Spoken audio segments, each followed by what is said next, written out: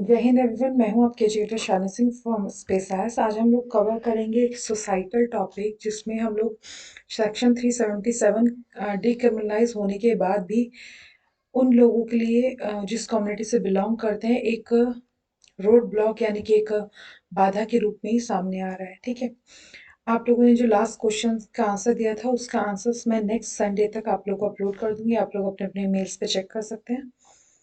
आज जो क्वेश्चन रहेगा उसमें थोड़ा सा आप लोगों को अपने एथिक्स, थोड़ी सी सेंसिटिविटी और इमोशंस के साथ उस क्वेश्चन को लिखना है। कई बार हम लोग कहते हैं कि एससी एसटी को रिजर्वेशन की जरूरत नहीं है। शायद एससी को रिजर्वेशन की जरूरत ना हो, शायद एसटी को रिजर्वेशन की जरूरत ना हो, क्योंकि कहीं ना कहीं इनके प्रति हम लोग संवेदनशील है।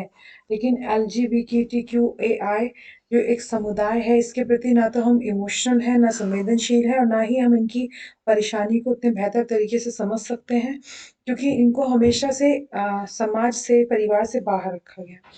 तो देखते हैं आज की क्या न्यूज़ है। हालांकि 377 सेक्शन को डिक्रिमिनलाइज तो कर दिया है, इसका गैर अपराधीकरण तो कर दिया गया, लेकिन अभी भी इस कम्युनिटी के लिए एक बड़े बाधा का ही विषय बना हुआ है। अब सबसे पहले हम देखते हैं LGBTQIA+ है क्या। इस टर्म का हर शब्द एक समुदाय को बिलोंग करता है। ठीक है, जैसे कि एल से lesbians, gay, bisexual, transgender, questionings, queers, intersex, asexuals, pansexuals and इससे संबंधित या एलाइज। ठीक, तो हर शब्द जो इसमें LGBTQIA है, ये एक कम्युनिटी को बिलोंग करता है जिनके अपनी डिफरेंट डिफरेंट सोशल पर्सपेक्टिव है। ठीक, अब इसमें जो ये टर्म है, इस टर्म को ना सिर्फ सोसाइटल चेंजेस के हिसाब से, बाकी एक मानवता के तौर पे भी हम लोगों को समझना पड़ेगा कि इसमें इस कम्युनिटी के लोगों को हम किस तरीके से व्यवहार इनके साथ किया जाए और कैसे इनको वापस समाज में इंट्रोड्यूस किया जा सके। ठीक है, आप लोग देखते हैं आपके घर परिवार में जब कोई बहुत शुभ समाचार होता है तो जो थर्ड जेंडर होते हैं, जिन्हें हम किन्नर्स कहते हैं, वो आते हैं, दुआएं देके जाते हैं। ठीक है, लेकिन इसके अलावा आपने कभी किसी किन्नर को कोई और काम करते हुए नहीं देखा होगा, ना ही उनके पास कोई सोर्स ऑफ इनकम होता है। लोग उनको एक गलत निगाह से भी देखते हैं, उनको अच्छा नहीं माना जाता, उस समाज में नहीं रहते हैं। मैंने कभी कोई ऐसा मोहल्ला भी नहीं देखा कि इस मोहल्ले में लोग रहते हैं, कि वो सब कहाँ रहते हैं आज तक मुझे नहीं पता है। इट मीन्स हमारी सोसाइटी में अवेयरनेस की बहुत ज़्यादा ज़रूरत है इन लोगों के प्रति। ठीक है, अब सबसे पहले बात कर लेते हैं कि सेक्शन 377 था क्या। सेक्शन 377 ये कहता था कि कोई भी पुरुष या महिला किसी भी पुरुष, महिला या जानवर के साथ अगर सेक्स करते हैं या संभोग करते हैं, तो सेक्स अगर अप्राकृतिक तरीके से होगा, मतलब जो नेचुरल तरीका है उस तरीके से ना होकर किसी और तरीके से अगर वो किया जा रहा है, तो उसको अपराधीकरण में रखा गया था, जिसके लिए 10 वर्ष की अवधि के लिए उनको कारावास, साथ में जुर्माना भी देना होता था। ठीक है, हाँ ये सही है कि ऑर्डर ऑफ नेचर यानी कि प्रकृति का आदेश या प्रकृति के अनुसार की कोई डेफिनेशन नहीं दे रखी है। ठीक है, कहीं नहीं बताया कि according to the order of nature का डेफिनेशन क्या होगी, इसको हम किस तरीके से देखेंगे। अब थोड़ा सा इसका हम अगर बैकग्राउंड देखते हैं, ओरिजिन, इसका ओरिजिन कब हुआ था। सेक्शन 377 सबसे पहली बार 1862 में Lord Macaulay, Lord Thomson Babington Macaulay ने इसको लिया, मतलब राइट डाउन किया था। कौन थे मैकॉले? ये लॉ कमीशन के मेंबर थे, जिन्होंने निकाला था कि criminalization of any sort of sexual conduct was outside the natural order punishable by law and carried a life sentence। ठीक है, अगर आप प्रकृति के नियम के विरुद्ध किसी भी प्रकार से संभोग या सेक्स करते हैं तो वो आपके लिए पनिशेबल होगा। ठीक है, अगर हम स्वतंत्रता के बाद की इसमें PIL को देखें, तो स्वतंत्रता के बाद 1990 में पहली बार इसके खिलाफ एक PIL आई थी, जिसमें कहा गया था कि इसको गैर आप कह सकते हैं कि गैर अपराधीकरण की कैटेगरी में डाल देना चाहिए, और ये जो LGBTQIA+ कैटेगरीज हैं या कम्युनिटीज हैं, इनको भी एक मान्यता या फिर इनको भी एक पहचान मिलनी चाहिए। अब हम थोड़ा बात करते हैं नास फाउंडेशन की। नास फाउंडेशन और दिल्ली कैपिटल रीजन के बीच में एक केस हुआ था, जो कि एक लैंडमार्क केस था। ठीक है, फेमस जजमेंट था, जिसमें उन्होंने कहा कि अगर हम इस तरीके की कोई भी क्रिमिनलाइजेशन एक्टिविटी रखते हैं किन्हीं दो ऐसे लोगों के बीच में जिनके बीच में सहमति है। मान लीजिए कि कोई दो गे हैं, कोई लेस्बियन है और वो आपस में संभोग करना चाहते हैं, आपस में सेक्स करना चाहते हैं और दोनों लोगों का कंसेंट है तो वो किसी भी तरीके से कर सकते हैं। इसको हम क्रिमिनलाइजेशन की कैटेगरी में नहीं डालेंगे। और अगर ये डाला जाता है तो ये अंडर आर्टिकल 21 और 14 के तहत क्या कहते हैं, वॉल्यूशन ऑफ फंडामेंटल राइट होगा। ठीक है, आप लोग जानते हैं कि अंडर आर्टिकल 2021 इमरजेंसी में भी सस्पेंड नहीं होते हैं। ठीक है, तो आर्टिकल 21 के तहत ये किसमें आएगा, right to life. Right to life में ये कैसे आएगा, अगर दो व्यक्ति अपनी राइट टू प्राइवेसी भी इसमें आएगा, दो व्यक्ति अपनी प्राइवेसी को मेंटेन करते हुए अपने कंसेंट के साथ किसी भी गतिविधि को करते हैं तो उसके लिए उनके ऊपर पनिशेबल ऑफेंस नहीं होना चाहिए। आर्टिकल 14, आपका आर्टिकल 14 कहता है on the basis of caste, creed, birth of place, religion and sex we can not discriminate. ठीक है, जन्म स्थान, लिंग के आधार पे हम किसी भी दो व्यक्तियों को डिस्क्रिमिनेट नहीं कर सकते। तो लिंग के आधार पे तो हम लोग LGBTQIA को डिस्क्रिमिनेट कर रहे हैं, तो ये हमारे फंडामेंटल राइट के अगेंस्ट भी जाता है। इसीलिए हम इन लोगों के साथ इस तरीके का व्यवहार नहीं कर सकते। Next, national legal service authority NLSA case. क्या था NLSA case, legal recognition for the third gender. ठीक है, जो हमारे किन्नर होते हैं उनके लिए भी उन्होंने कहा कि इनको भी एक लीगल मतलब कि वैधिक मान्यता मिलनी चाहिए। ठीक है, उन्होंने कहा कि जो कोर्ट है और कोर्ट ने ऑर्डर किया जो फेडरल है चाहे स्टेट गवर्नमेंट है उनको रिकॉग्नाइज करना होगा थर्ड जेंडर को। इसलिए आप लोग देखेंगे कि अभी थोड़े साल पहले बीच में थर्ड जेंडर या अदर कैटेगरी करके भी एक ऑप्शन आता है, पहले सिर्फ मेल और फीमेल ही आता था। ठीक है, और ये जो इनके नाम मतलब इनको इस तरीके से बुलाया जाता है हीजा, नपुंसक, ये गलत है। इसकी जगह पे इनको तृतीय लिंग या फिर थर्ड जेंडर के रूप में ही पहचान मिलनी चाहिए। सेल्फ आइडेंटिफिकेशन, कोर्ट ने कहा है कि हर व्यक्ति को अपनी सेल्फ आइडेंटिफिकेशन करने का अधिकार है, ये राइट टू प्राइवेसी के अंदर आता है। हम किसी के, अगर कोई व्यक्ति कहता है कि मैं गे हूँ या लेस्बियन हूँ तो उसकी जांच करने का अधिकार किसी को नहीं, सिर्फ व्यक्ति स्वयं ही बता सकता है कि वह कौन है। अगर हम उसकी जांच करते हैं तो हम उसके राइट टू प्राइवेसी का हनन करते हैं, जो कि आपके अंडर आर्टिकल 21 फंडामेंटल राइट के तहत आता है। अब नेक्स्ट अगर हम बात करें पब्लिक हेल्थ एंड सैनिटेशन, अगर इस तरीके के समुदाय की हम बात करें, आप कभी भी मॉल में जाते हैं तो वहाँ पे मेल फीमेल होता है, लेकिन थर्ड जेंडर के लिए या LGBTQIA कम्युनिटी के लिए किसी भी टाइप की कोई भी सैनिटेशन फैसिलिटीज, ड्रिंकिंग फैसिलिटीज नहीं होती हैं। ठीक है, तो जब मेल फीमेल एक अलग अलग कम्युनिटी है उनके लिए सैनिटेशंस हैं, उनके लिए अलग अलग टॉयलेट्स हैं, तो इनके लिए भी अलग टॉयलेट होनी चाहिए जो कि नहीं होते हैं। ठीक है, इनका अगर हॉस्पिटल में जाते हैं तो इनके लिए भी अलग से जैसे गायनेकोलॉजिस्ट होती हैं फीमेल्स को देखती हैं, तो थर्ड जेंडर को देखने वाले भी डॉक्टर्स होने चाहिए। सोशियो इकोनॉमिकल राइट, अगर हम इस क्लास को ये देखेंगे सोशियली और एजुकली डिसएडवांटेज है। ठीक है, आप नहीं, मुझे नहीं लगता कि जो भी लोग मेरा लेक्चर देख रहे होंगे अपने पूरी लाइफ में, अपने भाई बहनों की लाइफ में, अपने अड़ोसी पड़ोसियों के दोस्तों की लाइफ में या फिर अपने माता पिता की लाइफ में या आने वाले अपनी जनरेशन की लाइफ में कभी भी किसी इनिक्स को या फिर किसी भी थर्ड जेंडर को अपने साथ पढ़ते हुए नहीं देखेंगे। क्यों, क्योंकि इनके लिए मान लीजिए किसी घर में कोई बच्चा है और वो ऐसा बच्चा होता है तो उसको पहले से ही आउटकास्ट कर दिया जाता है। ठीक है, तो पढ़ाने का संबंध ही नहीं आता। ये लोग जैसे तैसे अपना गुजारा करते हैं, नाच के गा के मांग कर अपना गुजारा करते हैं। द थिंग इज कि इनको इनका एजुकेशनल सोशल बैकग्राउंड को अपलिफ्ट करना बहुत से ज़्यादा ज़रूरी है। आप कह सकते हैं कि ये बहुत ही संकटग्रस्त, बहुत ही वल्नरेबल स्थिति में है, जिसके लिए इनको बाहर निकालना बहुत ज़्यादा ज़रूरी, समाज के लिए भी और स्वयं इनके लिए भी। ठीक, अब ये जो स्टिग्मा है, लोगों ने अपने दिमाग में स्टीरियोटाइप्स बना रखे हैं, अपने दिमाग में पहले से पूर्वाग्रह बना रखे हैं, उसको और जनता की अवेयरनेस को, मैंने कहा ना कि अवेयरनेस, हम लोगों को पता ही नहीं वो लोग कहाँ रहते हैं, क्या करते हैं, कैसे अपना जीवन जीते हैं, उनको कुछ मेडिकल इश्यूज हो जाते हैं तो कहाँ जाते हैं लोग, उनके साथ कैसा ट्रीटमेंट करते हैं, हम लोगों ने कभी इन चीज़ों को देखा ही नहीं।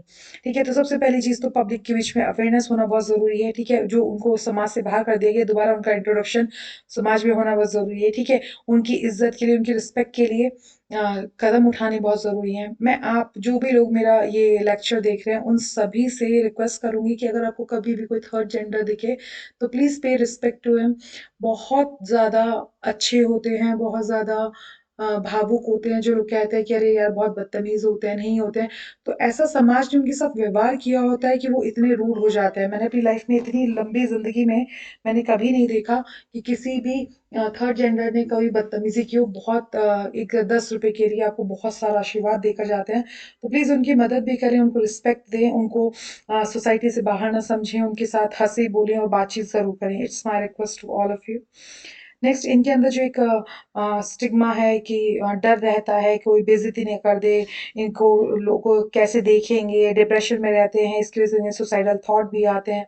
इन सब चीज़ों को बहुत गहराई से समझना होगा। आप सोचिए, अगर आपके फ्रेंड्स हैं, 4 लोग आपसे बात करना बंद कर देते हैं, तो आपकी मानसिक स्थिति कितनी ज़्यादा कमज़ोर हो जाती है। मुझसे क्यों नहीं बोल रहा, क्या हो गया, ये वो। और ये लोग इनसे समाज देखता है तो एक हीन भावना का व्यवहार करता है। तो सोचिए इनके इनके मेंटल स्टेटस कितना ज़्यादा कमज़ोर होगा, कितना ज़्यादा ये लोग परेशान होते होंगे। तो इस चीज़ को ध्यान में रखते हुए मुझे लगता है कि आज के बाद आप सभी लोग कोशिश करेंगे कि हम लोग इनके साथ बहुत अच्छा और बहुत रिस्पेक्टफुल बिहेवियर रखना है, ठीक है। अब चैलेंजेस क्या आते हैं इस कम्युनिटी के सामने? सबसे पहली बात तो इनका एक्नॉलेजमेंट ही नहीं होता है। जबकि आजकल अगर हम देखें तो वैज्ञानिक युग आ गया, वैज्ञानिक व्यवहारिकता आ गई, लोग तार्किक हो गए हैं। उसके बाद भी इन लोगों को हम एक हेटेरोनॉर्मल्स की तरह, हम लोगों की तरह एक्सेप्ट ही नहीं कर पा। अरे यार, उनकी भी आँख है, दिल है, लिवर है, हाथ है, पैर है, वो भी हम ही लोगों की तरह इमोशंस रखते हैं, ठीक है। थोड़े से उनके हार्मोन्स चेंज है तो इसका मतलब क्या है कि वो कम्युनिटी से बाहर हो जाएंगे। ये अधिकार आपको किसने दिया? ठीक। नेक्स्ट, व्यापक तौर पे इनकी क्या प्रॉब्लम है? सेक्सुअल अब्यूज, इनके साथ यौन दुर्व्यवहार होता है। घरों में भी लोग इनके साथ अच्छे से, मतलब किसी घर में अगर इस तरीके के बच्चे हो जाते हैं तो उनको बिल्कुल एक अभिशाप के तौर पे माना जाता है। जो इनके जो किशोर अवस्था में इनके साथ बहुत सारे अपराध होते हैं। एक जो हमारी सोसाइटी ने एक आप कह सकते हैं कि एक अवधारणा बना ली, उस अवधारणा के तहत भी इन लोगों को बहुत कुछ अपनी पूरी ज़िंदगी में झेलना पड़ता है, ठीक है। ये शादी नहीं दिखा सकते, इनकी शादी को रिकॉग्नाइज़ नहीं किया जा सकता, अडॉप्शन नहीं ले सकते, घर नहीं खरीद सकते, ये प्रॉपर्टी नहीं खरीद सकते, इनको जॉब नहीं मिलती है, ठीक है। ये डिस्क्रिमिनेशन मतलब भेदभाव इनके साथ होता है, इनके साथ शोषण होता है वर्क प्लेस पे, हर जगह। तो मतलब आप समझ सकते हैं कि पूरी तरीके से इन लोगों को आउटकास्ट कर दिया गया। अब इन लोगों को वापस सोसाइटी में लाना बहुत ज़्यादा ज़रूरी होता जा रहा है, ठीक है। Next, mental and physical consequences. जो मेंटल फिजिकल इफेक्ट हैं वो बहुत ही नेगेटिव पड़ते हैं कि आदमी के ऊपर, उसकी एज को लेकर, ठीक है, उसके सेक्सुअल प्रिजुडाइज को लेकर, कि यौन पूर्वाग्रह पहले से लोगों ने अपने दिमाग में बातें बना रखी हैं, ठीक है। तो इन सब चीज़ों की वजह से ये लोग बहुत ज़्यादा झेलते हैं, जिसकी वजह से इनका मेंटल स्टेटस बहुत ही ज़्यादा डिसेबल रहता है, ठीक है। अब इन सब चीज़ों की वजह से खुद को नुकसान भी पहुँचाने जाते हैं। कई बार ये लोग भई सुसाइड करने की भी कोशिश करते हैं। तो इन सब चीज़ों को हमको ध्यान में रखते हुए इन लोगों के प्रति भी कुछ बेहतर नीतियों का आकलन करना होगा, ठीक है। अब नेक्स्ट की अगर हम बात करें, बायस एंड डिस्क्रिमिनेटरी एटीट्यूड, ठीक है। अगर हम हेल्थ केयर प्रोफेशनल्स की बात करें या किसी इंस्टीट्यूट की बात करें, तो अब एक बहुत बड़ी अ, हम कह सकते हैं कि एक अलार्मिंग सिचुएशन आ गई है, एक जागने का वक़्त आ गया है इनके प्रति सहानुभूति दिखाने के लिए, इनके प्रति इज़्ज़त दिखाने के लिए। जो इनके मन में मनुष्य के प्रति एक डर बैठ गया कि हम वहाँ जाएँगे तो हमारे साथ दुर्व्यवहार होगा, हमारे साथ कुछ शोषण हो सकता है, उन सब चीज़ों को अब हटाने का समय आ गया है। अब इनिशिएटिव भारत ने क्या लिए हैं? हम लोग एक ट्रांसजेंडर पर्सन एक्ट 2019 लाए थे, जिसमें हम लोगों ने इनको ये खुद को रिकॉग्नाइज कर सकें, खुद के लिए एक कार्ड बना सकें, और इनको हम लोगों ने मतलब नियम लाए ताकि अगर ये कहीं काम करें तो वहाँ पे इनके साथ भेदभाव ना हो, कोई इनके साथ बदतमीजी ना करे, ठीक है, आराम से ये एजुकेशन पाएँ, काम पाएँ, इसमें इनको तकलीफ ना हो। नेक्स्ट होता ट्रांसजेंडर पर्सन रूल्स एक्ट 2020। इसमें हम लेकर आए थे कि इसमें गवर्नमेंट ने इनको प्रोविजन दिए थे कि ये मतलब प्रोटेक्शन ऑफ राइट्स इनको दिया गया था कि अगर इनके साथ कुछ भी गलत व्यवहार होता है तो उसके प्रति अपनी जांच कंप्लेन कर सकते हैं। National council for transgender person, in persons of the transgender person, Protection of Right Act 2019, the National Council of Transgender Person has been constituted to advise the central government on the formulation and evaluation of policies, program, legislation, projects for the welfare and the transgender community. भाई देखिए, हमने policy बना ली, हमने बहुत अच्छे क्या कहते हैं प्रोजेक्ट्स बना लिए, लेकिन अगर हम उसका सही तरीके से इम्प्लीमेंटेशन नहीं कर पा रहे हैं, पॉलिसी अगर इनके अकॉर्डिंग नहीं बनी है, तो कोई मतलब नहीं है। तो इन सब चीज़ों के लिए भी ये प्रोटेक्शन एक्ट लेकर आया गया था कि किस तरीके से पॉलिसी बनी। ये बहुत ज़रूरी नहीं कि आप भाई क्या लोग क्या कहते हैं, हम यादव हैं, यादव रिप्रेजेंटेटिव होगा तो हमारी समस्या को समझेगा, हम SC रिप्रेजेंटेटिव होगा तो हमारी समस्या को समझेगा, हम वुमेन से वुमेन रिप्रेजेंटेटिव होगी तो हमारी समस्या को समझेगी। तो ऑब्वियस सी बात है ना, ये LGBTQAI के तहत आते हैं, तो ये भी इनके रिप्रेजेंटेटिव होंगे तभी वो उनकी समस्या को बेहतर समझ सकते। कहते हैं ना, ओका जाने पीर पड़ाई जाके पैर न पड़ी बुआई, जिसको कभी तकलीफ ही नहीं हुई उसे सामने वाले के दर्द का एहसास कभी नहीं होता है। बहुत ज़रूरी है कि इन्हीं के बीच से लोगों को उठाकर पॉलिसीज़ का निर्माण कराया जाए। ठीक। नेक्स्ट, गरिमा गृह। गरिमा गृह क्या है? सरकार ने इनके लिए एक स्कीम निकाली थी जिसमें ट्रांसजेंडर को शेल्टर दिया जाएगा। ठीक है, और उसमें बेसिक एमिनिटीज़, खाना, रहना, मेडिकल केयर, ठीक है, इस तरीके की जो बुनियादी सुविधाएँ होती हैं, जो एक व्यक्ति के लिए ज़रूरी होती है, उस तरीके की सुविधाएँ इनको प्रदान की जाएँगी। अभी शार्क टैंक में एक आई थी, मैं उनका नाम भूल रही हूँ, वो हिजड़ा समुदाय से इस बार वो महामंडलेश्वर भी चुनी गई थी, उनका नाम भूल रही हूँ। ठीक है, उन्होंने एक अपनी कंपनी बनाई जिस कंपनी में उन्होंने हज़ारों ट्रांसजेंडर्स को जॉब दिया। उसमें क्या है, उसमें जो प्रोडक्ट उन्होंने लिया, पानी लिया। तो उनसे शार्क टैंक ने पूछा कि आपने पानी क्यों लिया? तो उन्होंने कहा पानी किसी का डिस्क्रिमिनेट नहीं करता है, जिस बर्तन में होता है, जिस रंग में होता है, उसी रंग में, उसी बर्तन में, उसी आकार में, उसी स्वाद में ढल जाता है। तो जब ये डिस्क्रिमिनेट नहीं करता तो हम लोग भी डिस्क्रिमिनेशन से परे हैं। इस चीज़ को सिंबलाइज़ करने के लिए उन्होंने वाटर लिया था। जो कि मतलब अब उस बंदी की सोच कैसे पहुँची, क्योंकि उसने ये सारी चीज़ें फेस की होंगी। उसे एक अपॉर्च्युनिटी मिली, उसने अपने साथ हज़ारों लोगों को जोड़ा। ठीक है? तो ऐसे ही हमें उनके बीच से ही लोगों को निकाल के उन्हें मजबूत करना होगा ताकि वो अपने समुदाय के लिए, अपनी कम्युनिटी के लिए, अपने लिए कुछ बेहतर चीज़ें कर सकें। ठीक है? अब इसके आगे का रास्ता क्या है? 157 साल हो गए हैं सेक्शन 377 को बने हुए, लेकिन आज भी ये जो कम्युनिटी है बहुत ज़्यादा इससे मतलब नुकसान पहुँचा रही है, इसको बहुत परेशान कर रही है। ठीक है? तो अब हम गवर्नमेंट को क्या चाहिए कि वो एक इक्वल प्रोटेक्शन और इक्वल अपॉर्च्युनिटी वाला कोई लॉ लेकर आए जिसमें इन सब LGBTQI कम्युनिटी के साथ किसी भी प्रकार का डिस्क्रिमिनेशन ना हो। ठीक है? अब हम लोग देख लेते हैं लास्ट अपना। ओके, ये यहाँ पे गलत आ गया, आई थिंक ये यहाँ नहीं होना चाहिए था।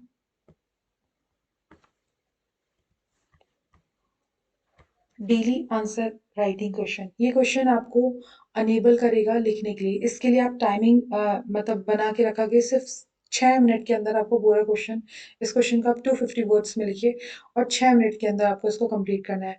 2 मिनट आप इस पर पूरी फॉर्मेटिंग करिए और 5 मिनट में आप अपने 250 वर्ड्स में यानी कि 2.5 पन्ने लिखिए। ठीक है? क्वेश्चन क्या है? Even after the decriminalisation of section 377 the member of the community continue to encounter obstacles, explain what initiative are in place for transgender individuals in India। ठीक। 377 के गैर अपराधीकरण होने के बाद भी समुदाय की समस्याएं बनी हुई हैं। व्याख्या करें।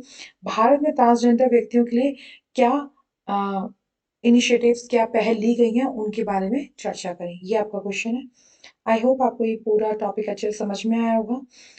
आपको कोई भी डाउट है तो आप कमेंट बॉक्स में पूछ सकते हैं, अपने आंसर को मेल कर सकते हैं। जय हिंद, जय भारत।